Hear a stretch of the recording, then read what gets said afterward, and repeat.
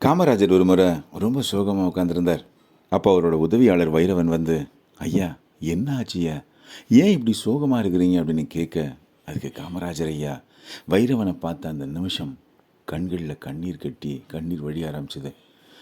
அது ஒன்றும் இல்லைடா வைரவா, எங்கள் அம்மா ஞாபகம்னே. சின்ன வயசில் தாலாட்டி பாலூட்டி சீராட்டி வளர்த்த எங்கள் அம்மாவை என்னால் பார்க்க முடியலன்னே. திருவிழா காலங்களில் எங்கள் அப்பாவோட கையை பிடிச்சிட்டு நடந்து கால் வலிக்கும் போதெல்லாம் எங்கள் அம்மாவை தான் தேடுவேன்.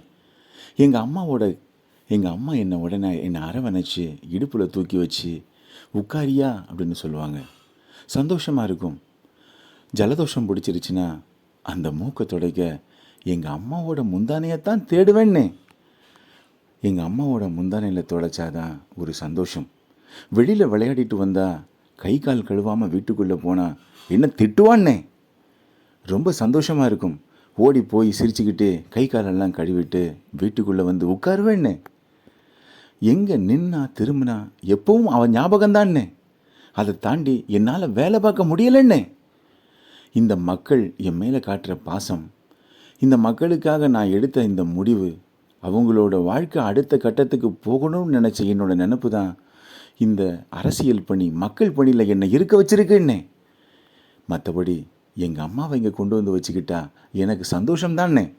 இங்கே கொண்டு வந்து வச்சா அவளை என்னால் பார்க்க முடியாதுன்னே. எனக்கு இருக்கிற 24 மணி நேரமே காண மாட்டேங்குது.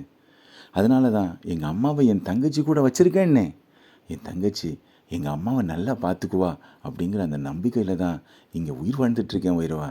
மற்றபடி எங்கள் அம்மாவோட நினப்பு என் மனசுக்குள்ளே இருந்துக்கிட்டே இருக்குன்னே அப்படின்னு சொன்னார் காமராஜர் ஐயா. மேலும் பேசும்போது, என்ன எல்லாரும் கல் நெஞ்சக்காரன்றாங்க, ஆனால் நான் கல் நெஞ்சக்காரன் இல்லை வைரவா. ஒரு தாயை விட்டுட்டு நாம் அங்கே தனியாக இருக்கிற அளவுக்கு நான் ஒன்றும் மோசமானவன் இல்லைன்னே.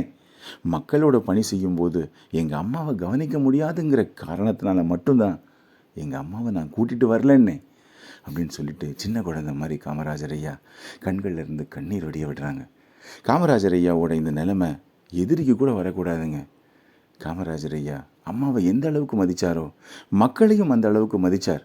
அம்மாவை மக்களுக்கு மேலே தான் மதித்தார். இன்னும் சொல்ல போனால் அவங்கள பார்க்க முடியலன்ற அந்த குற்ற உணர்ச்சி தன்னோட கடைசி நாட்கள் வரைக்கும் இருந்ததாக வைரவன்கிட்ட சொல்லியிருக்கிறார் காமராஜர் ஐயா. காமராஜர் ஐயா நேர்மையான மனிதர்.